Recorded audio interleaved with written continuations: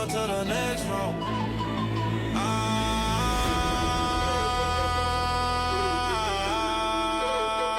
Yeah. Welcome to the next room. From the field on my way to the next room. Welcome to the next room. What's up, everybody? Welcome back to Next Roll. My next guest is up. I'm Vernon Davis, your host. This guy right here is an amazing human being. I mean, the work that he's been able to do, I don't want to give too much away, but I want to get into the conversation. You'll find out exactly who this guy is. Busy man, so I'm thankful to have him. Please welcome, everybody, Bentley Evans. Yes. What's up, V? How you doing, man? Oh, man. Mom?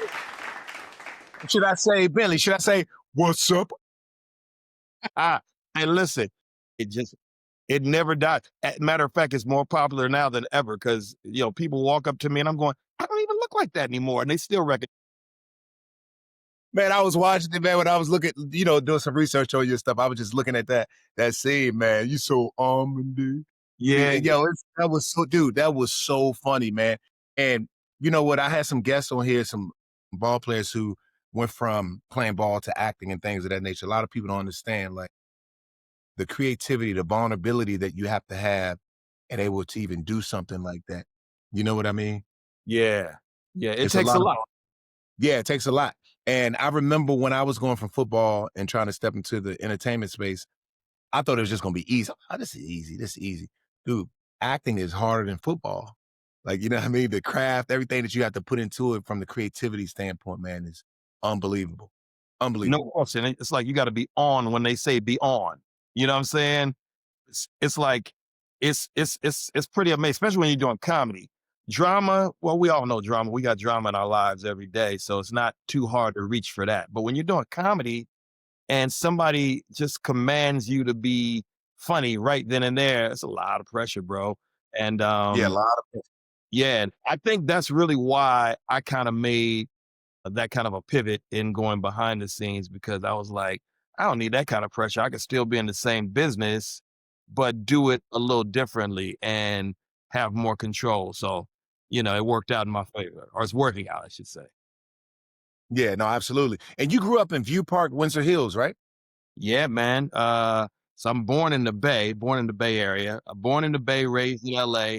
And I grew up right there in Windsor Hills, View Park. It was a great place to grow up. I mean, when I say great, it was the Black Beverly Hills. And I'm talking about, I grew up with the likes of Nia Long and Regina King lived on my street and so many others. I mean, I went to school with Ray Charles's kids and Ike and Tina Turner's kids. And it's like, that's where everybody lived at that time, Wow, that's crazy. Do you feel like, how did growing up in that neighborhood help shape you when telling stories? You know what I mean?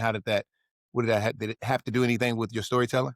Yeah, I mean, think about it. It's like, it's not in the hood, but it's hood adjacent. Like, in other words, it's the hills above the hood. So you still got those fruitful stories that the boys in the hoods and the Minister Society stories, because they were only a stone's throw away.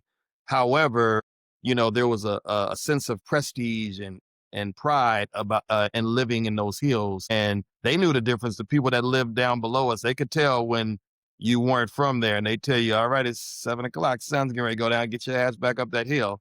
So I think it helped a lot because it built a lot of character. Again, our parents were very prideful. All the Black judges and doctors and realtors and very prestigious people lived in those hills. So it gave us a sense of ownership and direction and pride and not wanting to disappoint our parents and the HBCUs, although I didn't attend one, but it was the natural progression. No, I definitely understand that. Being in Hollywood, you were a production assistant on Hollywood Shuffle, right?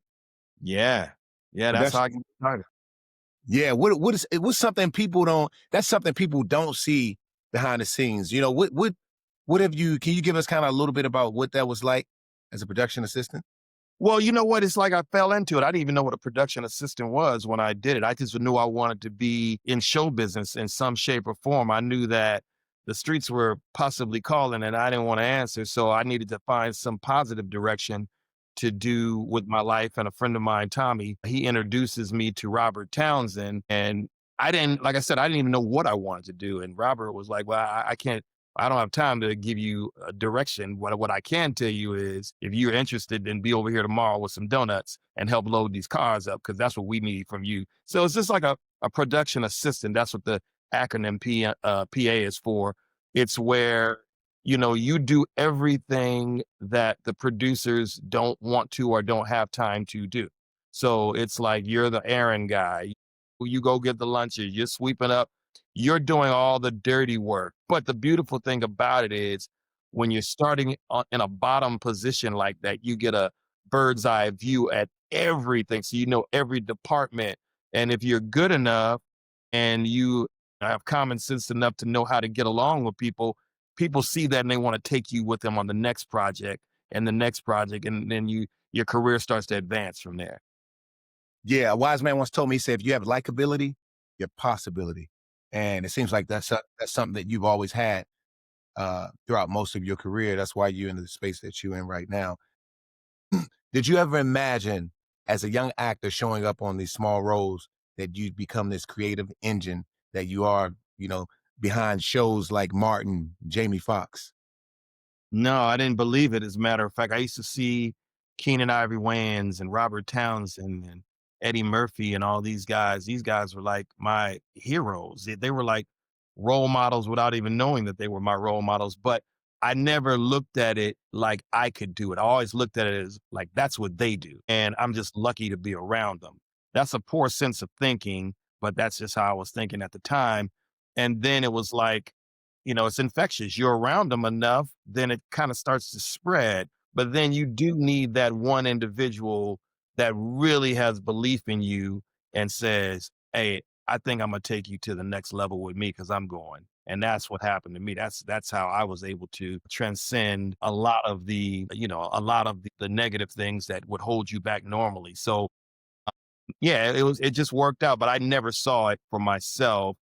I wanted it and I dreamed it, but I didn't really believe it. Wow. So you wanted it, you dreamed it, but you didn't believe it. That's Yeah, powerful. because what I mean by that is, I used to go on sets with a friend of mine, one of my buddies, DeVorier White, who was like the chauffeur in Die Hard, and he was on at the head of the class, and I used to go on the set with him, and meet Charlie Sheen and Emilio Estevez and stuff. But still, I thought it was like, oh, that's what my boy does. That's what my friend does. I'm just lucky to be going along, but I never saw it as a real possibility until I really saw it as a possibility, if that makes any sense. So no, I didn't see it for myself, and I would discourage anybody who's watching, never to have that type of doubt in your abilities, because anything is possible, and I guess I am living proof. You know what's funny about that, though, Ben? I'm gonna give you an example. So me being at maybe 10 years in, I've been to the Pro Bowl, All Pro, everything, first round draft pick. But year 10, I used to go on the field and I would have doubts that I was gonna drop the football. Wow. I would have doubts. But you know what? Those be the games where I had my biggest games of my career. Biggest games. So what I'm learning from talking to people like you, and this is why I love this platform, because you get to see the correlation of like great people, right? That's human nature. That's normal. But at the time, I thought I was the only one dealing with that. I'm like, how am I this great of a player? I'm having this doubt in my mind. It's just something that's always there. Yeah, you know what's funny? For me, I just never saw it as a real possibility because I compartmentalize things like that's what they do. This is what I do. This is what my dad did. This is, I created these barriers for myself and actually created a glass ceiling that I could see above, but was afraid to go above and beyond and break through it. So it's like, it's really hard to explain. It's one of those things where until somebody shows you, you really don't believe it. And for me, I just never had that hunger, that drive, that go get it. I grew up in LA. We were laid back, right? But when I meet a guy, for instance, like a Martin Lawrence or different people that I met along the way, even from childhood, with the bullies in the school and different people like that that had that thing about them that stood out. I didn't have that drive. I was more comfortable with just kind of playing the back, but when I meet people like Martin that came to LA to make it, and you saw a different animal, a different drive, it was like, yo, I don't recognize that, but I kind of like it. I wish I had some more of that in me. You know what I mean? Martin had such an authentic voice too. How did you, as a writer, stay so grounded in like real experience? Well, for me, for the Martin show, I mean, I can clearly tell you that most of the episodes were pretty much centered around the stories that I would tell in the room about my wife now, which was my girlfriend at the time, but my wife now. The Martin and Gina stories, a lot of those stories are derived from me and my wife's story. I mean, from everything from high school reunions to losing a wedding ring to all these different things that they're all based in reality. And so all I would do is just share my stories of what happened during the summer, and the writers would eat it up. Now, it wasn't just me. I can't take that credit. There were a lot of other writers as well. But I think the central storylines pretty much derived from Bentley and Val's journey, and a lot of those storylines are from our perspective, and it was Martin and Gina, Bentley and Val. That's how it was. And so that's what you try to do. Like anything you're writing, does it always come from like real life, like these stories? Yeah, I Just think in, art imitates life. I think that you can go outside the box and go create something like the Matrix or something, that's just beyond belief, something that you really don't know, but you got to do a lot of research there if you're trying to do something that you really don't understand. It's easier when you take from your own personal experiences and then you adapt them into stage plays, screenplays, teleplays, whatever it is. It's just that much easier because you better than anybody else. So it's easy to take a story and kind of flip it on its head, but still have the core and the heart of what you did in your experience. And I take stories from people around me, family members, friends that share funny stories and anecdotes. And then you can go, now, how can I adapt that and make it personal so that I can tell that story correctly? what are the key fundamentals of storytelling? You got to be able to dream. You got to be able to think outside of the box. You got to be able to go, what if? There's especially in comedy, there's humor everywhere. And telling a story, I think that we all tell stories every day. I think that we all are writers by nature because when you wake up in the morning, you put your feet on the ground, and by the time you go to bed, every single night you have told a story. It's just that most don't document them. Most don't talk about what they did unless they're writing a diary or something like that. But everybody tells a story every single day. It's just that the writers that call themselves writers are the ones that document this experience as they're going through it.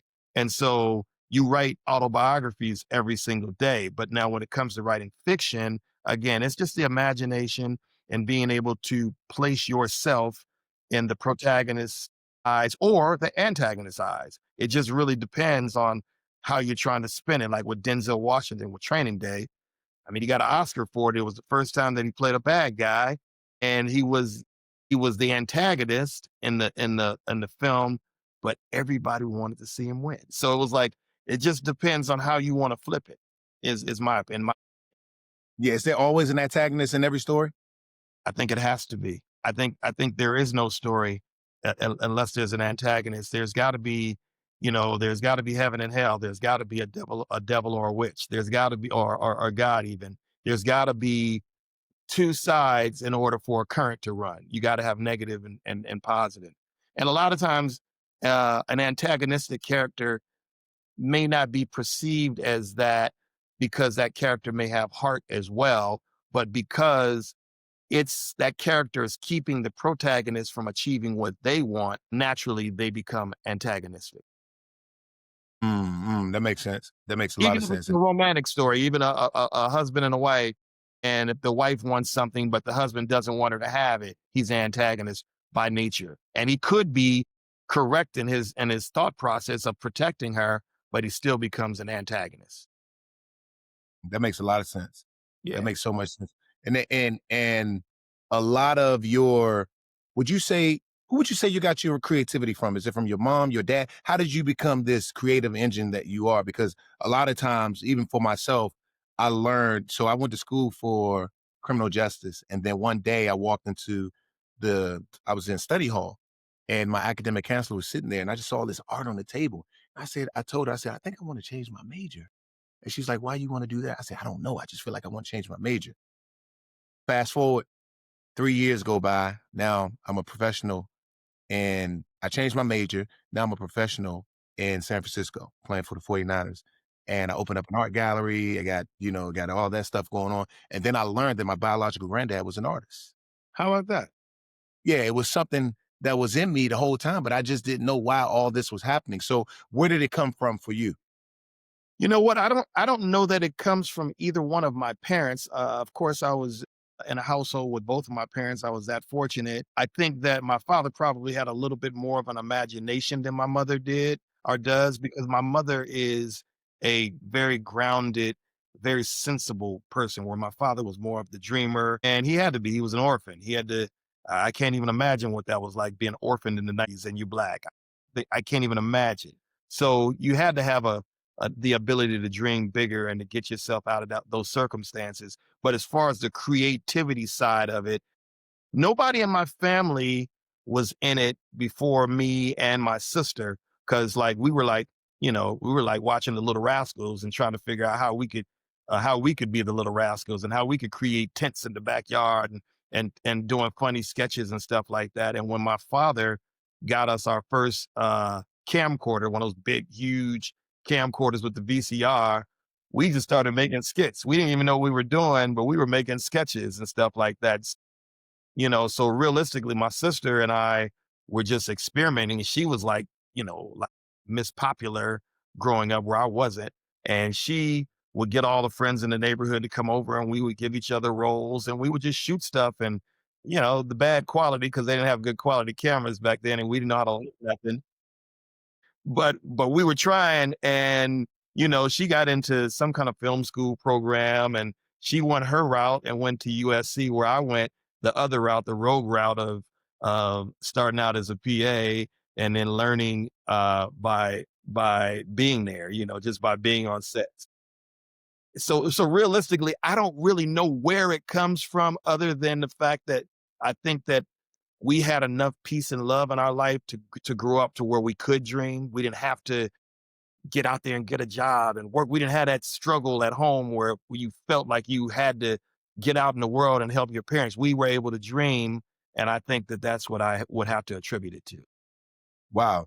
And they say that growth seems as if you've been growing all your life, but growth comes from when you're going to that next role, but you're continuing to keep evolving and keep going. You've been in a space where you've worked with Martin Lawrence, MC Light, Jamie Foxx. How did that influence your growth? Man, I mean, working with these giants, man, it's like I've worked with just about everybody that I could ever want to work with in some shape or form. Like, again, to sit down and write a screenplay with Eddie Murphy is like mind-boggling. I mean, I'm sitting there in awe, sitting next to him, going, I can't believe that I actually got in a room where I could sit down and write a screenplay with this gentleman, and I've done that on two or three different occasions now. And then with Martin, it's like the Martin situation is different because it was like more of a friendship. And so I got a chance to see my friend's star take off, but he didn't leave me behind. Jamie was like, Jamie's probably the most talented person in Hollywood. Let's just go ahead and put that out there. He's probably Mhm. the most talented man or woman in Hollywood. He can do it all. Jamie doesn't necessarily commit every single time because Jamie likes to have fun. Jamie, the genius, the A student that wants to sometimes get a C just to see what that C feels like. He doesn't want to stand out from the crowd. I would say that about Jamie sometimes because he's an A+ student, but sometimes I don't think that he wants everybody to see that greatness, but he is spectacular. The best storyteller I've ever seen in my entire life. So, working with those people in MC Light and now working with Tommy Davidson and so many others. I mean, the list could go on and on and on. The Wayans family. It's just, it's like my dream came true, and I'm actually living my dream. And everybody doesn't get a chance to say that in this experience. Mm, mm. Yeah, you mentioned Tommy Davidson.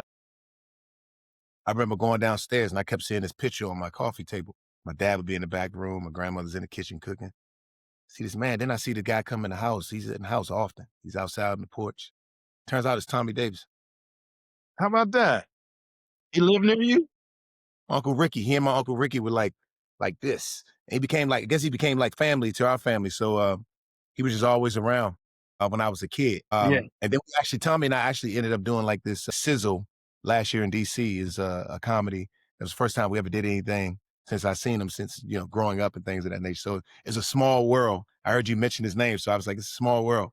Very small. Yeah, definitely. I'm doing a show with him now. I just completed the first season of a new show with him. So it's, this is my first time, well, my second time working with him, but my first time working with him in this capacity where I was writing for him, producing for him, and directing him. So what a talent there. Yeah. Yep. Tell him about the Buchanans. You know about the Buchanan. That's my dad's last name, Buchanan. Buchanan's okay. I'm gonna ask him. Yeah, Ricky. But no, that's cool, man. You've done so much in your life. You've gone from sitcoms to streaming platforms. Is there anything you had to unlearn? How's that transition been for you?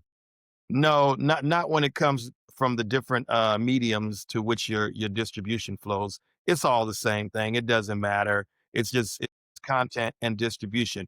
Where the thing that happened where I had to unlearn everything that I learned was when I went from being a studio guy primarily to being somewhat of an independent. Because that's where you got to unlearn everything that you learn, because those rules don't apply when you're doing it yourself. See, when it's a plush, cushy situation and somebody else is footing the bill, then you don't have to work as hard. You don't have to think as much. You're just free to create.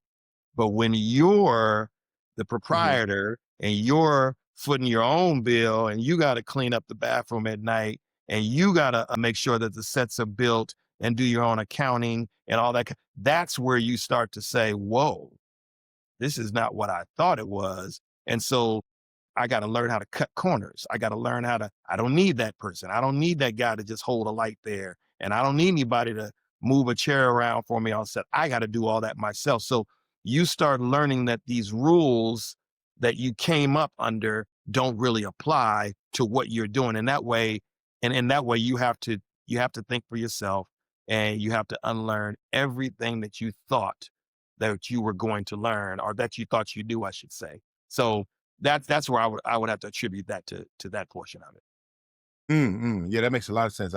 I get that. But what you said too, you said it sounds as if if you're creative, creativity doesn't like go anywhere. You're still going to be creative, and whatever it is, whatever platform it is, you still know how to do that. Is that correct? Yeah, definitely. I think that, it's in the art form, at least. I think that even in different professions, if you got something creative, then you're gonna be creative. If you're decorating homes, you're gonna figure out a way to decorate different than any other housing designer or clothing designer. It's just free expression. So it doesn't really matter in what form, what medium you're creating in. The creative is the creative. It's just, how do you express your art, whether it's through film and television, whether it's through theatrical plays, whether it's through, again, clothing designers and makeup lines and whatever it is that you're creating, that you're putting out for the world. If you're creative, you're just creative. And the only sad part is when you never get a chance to express your true art. No, that makes a lot of sense. And every career has its setbacks, of course. No Was there question. was there ever a moment where you had a project that didn't go as planned? Yeah, I mean, for me, luckily, it started out all good. So things were working really good. I mean, I jumped into the acting space and I was auditioning, and I got the art of auditioning down. So I started doing everything. And then I realized, no, let me go behind the scenes. And that started working. The first 10 years behind the scenes was Martin and Jamie for 10 years straight. So, you don't get, everybody doesn't get that opportunity. But then the bazaar kicks in, and that's when the telephones stop ringing and the agents feel like, well, we may have gotten all the juice out of the squeeze. So we're going to pivot over here to somebody else and put the energy behind them.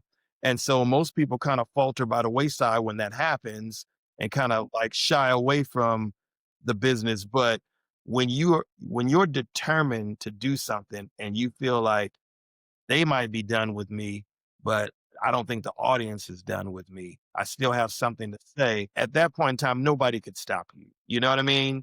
You can dictate what happens next. So I had, you know, those feelings of doubt, like, was I ever really good enough?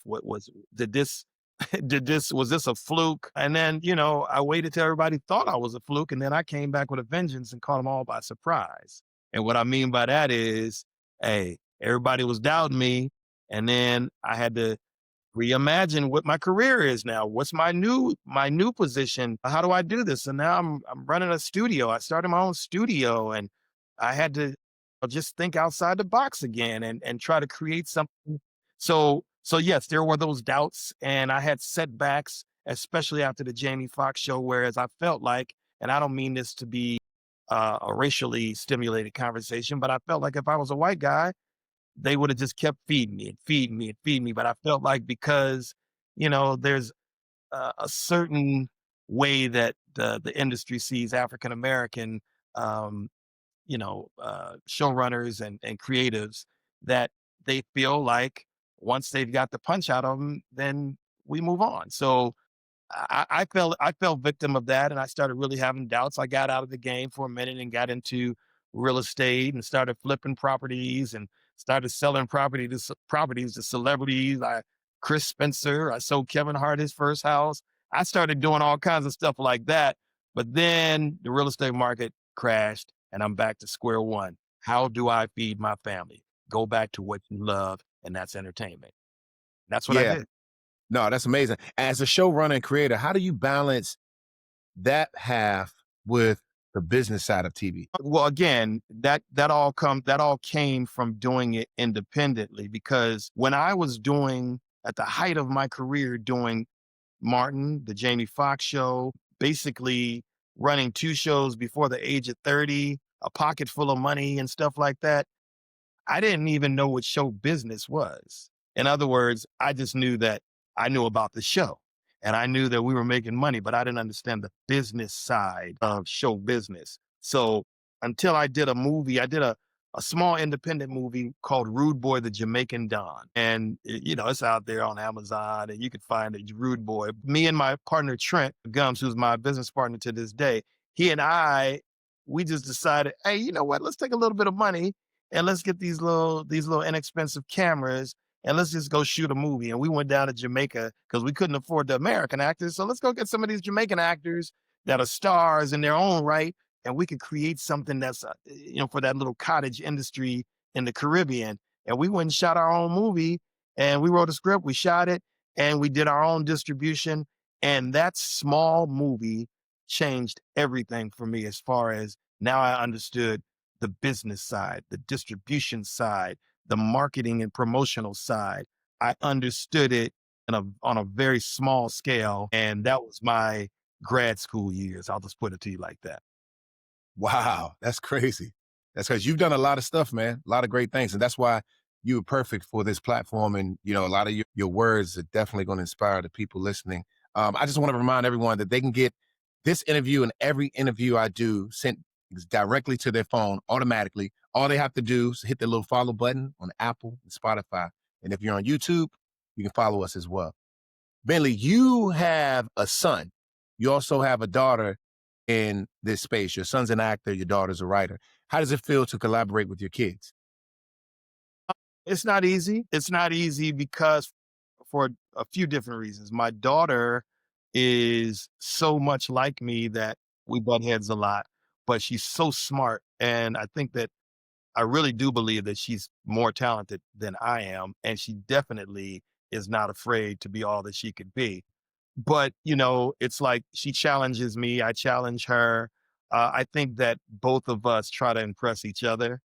I feel like I should be impressing her because I'm the father. But she's like, no, you should be impressed by me. And she's really sharp. I mean, really, really, really, really sharp kid. Her imagination is through the roof. It's not easy though, because you don't want them to hurt. You don't want them to face opposition. And I tried to discourage both my kids from going into the industry because I know how hard it is. I know how heartbreaking it is when somebody tells you no and you feel like you're just as good as anybody else and they're telling you no. And you got these gatekeepers that make decisions on who moves to the next level. And I didn't want them to have to go through those pains, but I also didn't want them to not be able to fulfill their dreams. My son is an actor. He just decided that he wanted to do it at a very young age, and I'm working with him. It's a challenge because, he doesn't go as hard as I want him to go, but I understand it. He's got protection, he's cushion, he lives in a big house and gates. He doesn't have that drive. So I understand what his, I understand why he doesn't want it as bad as he should or as bad as he says he does, because there's not the drive to really get it. And if I was in that same position, I probably would feel the same way. Yeah, yeah. You know what? That's how I feel about these NIL programs with these kids playing football. Like, I didn't have that when I was playing. That didn't exist. And my drive was to get my family out of the hood, buy my grandmother a big house, and just provide. That was my drive. You're right. You got to have that drive, man. Because if you don't have a drive, I mean, how are you going to be able to get from A to B? It's going to be impossible. And Impossible. impossible. But like you said, what you had to provide for your kids. You had to put them in a situation like they're in right now. And there's nothing wrong with that. Now it's up to them to take that and figure out what they're going to do with it, with everything that they have. And just like my son's going to the University of Maryland to play football. And I can only imagine what's going on through his mind, but I know there's something there. He has a house here. He has his mom's big house in Maryland. Like, what are you going to do with all this? How are you going to get to where you're trying to go? I've already gotten to where I wanted to go, right? And I'm still going, right? I'm continuing to get to that next role. But now how are you going to do it? And that's always a tough challenge for us as being parents. It's So, hard. I mean, it's really, really difficult. I mean, and I don't mean this in any disrespectful way, but how can you ever expect LeBron James Jr., Bronny, to be LeBron James? He can be great in his own right. I don't doubt that. And I like him and I like the kid, but he didn't know the struggle of a single mom and probably growing up in very modest environments where his dad did. His dad had to fight to get to where he became the king and respectfully the king of the league and the neighborhood and everything else. Where his son, it's going to be difficult for him to achieve that kind of greatness because he's a billionaire. He grew up as a multimillionaire, and that's not a knock against Bronny. He made it in his own right, and I'm proud of him. But what I mean by that is, how can you expect him to be that when he's this? You know what I mean? yeah, yeah, that's an interesting thing, man. Because yeah, it's just you don't know what that's like unless you're in it. You know what I mean? You know what your journey was and why you did it, and what were the objectives behind it. But unless you're in it, I can see it, but I don't really know what's going through their mind moment. But if there's one thing you want viewers to understand about building a lasting career in television, what would that be? I think I would have to say that, you have to have the ability to greenlight your own success.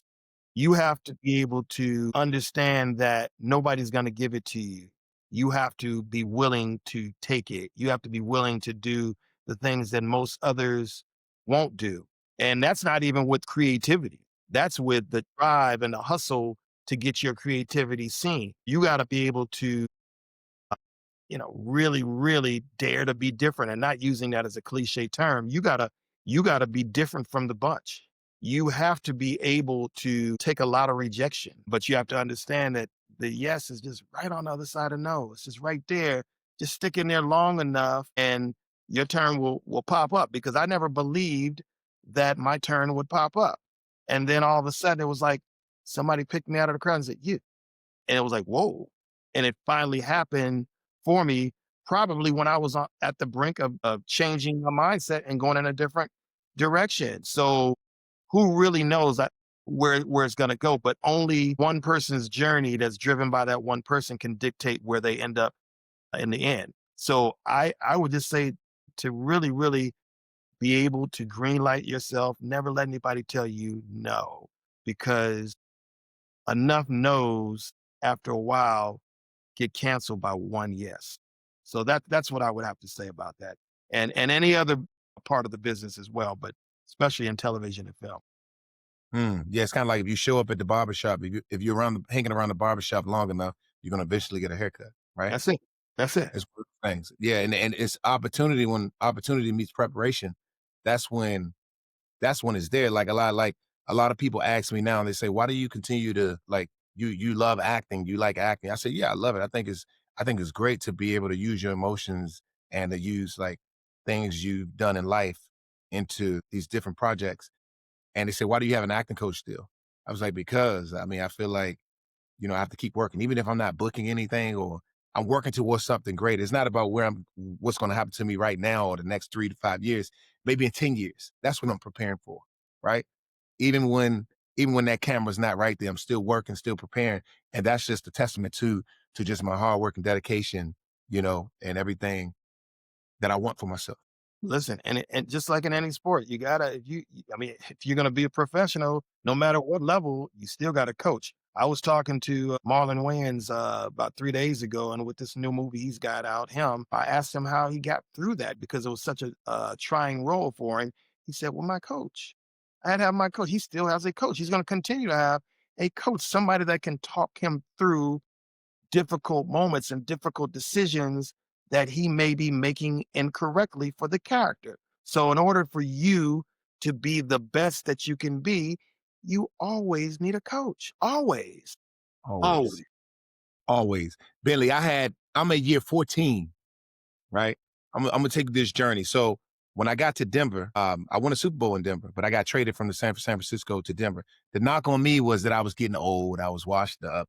Vernon Davis is winding down. He's winding down. Blah blah blah. A lot of that affected me mentally. Yes, it did. But I went to the Commanders, and going into year 11. The first year they wanted to resign me 3 more years.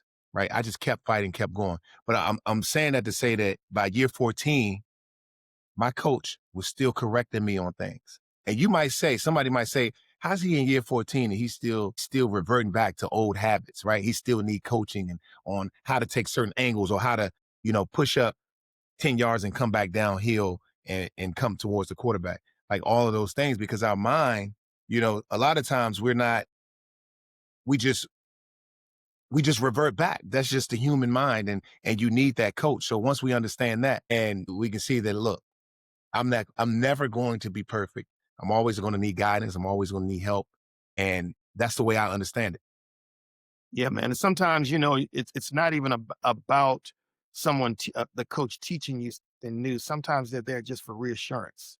Yes. Sometimes they're there just to know that this person believes in me and wants the best for me for whatever it is. So I'm going to listen to him because that's why I got him on my team. Mhm. Kobe's not Kobe without Phil Jackson. Neither is Michael Jordan without Phil Jackson. They got this coach that knows a little something, not more than them, but a little different than them. So it's always good to have that great support system and a great coach. No, you're absolutely right. Okay, Bentley, I'm gonna go to this real quick. I'm gonna do this for you. Someone's coming to you and they want to make your career into a sitcom. What's the name of the sitcom and who's playing you? Whoa. Let's see. I think that the name of the sitcom is probably Been Out of Shape. It's probably Okay.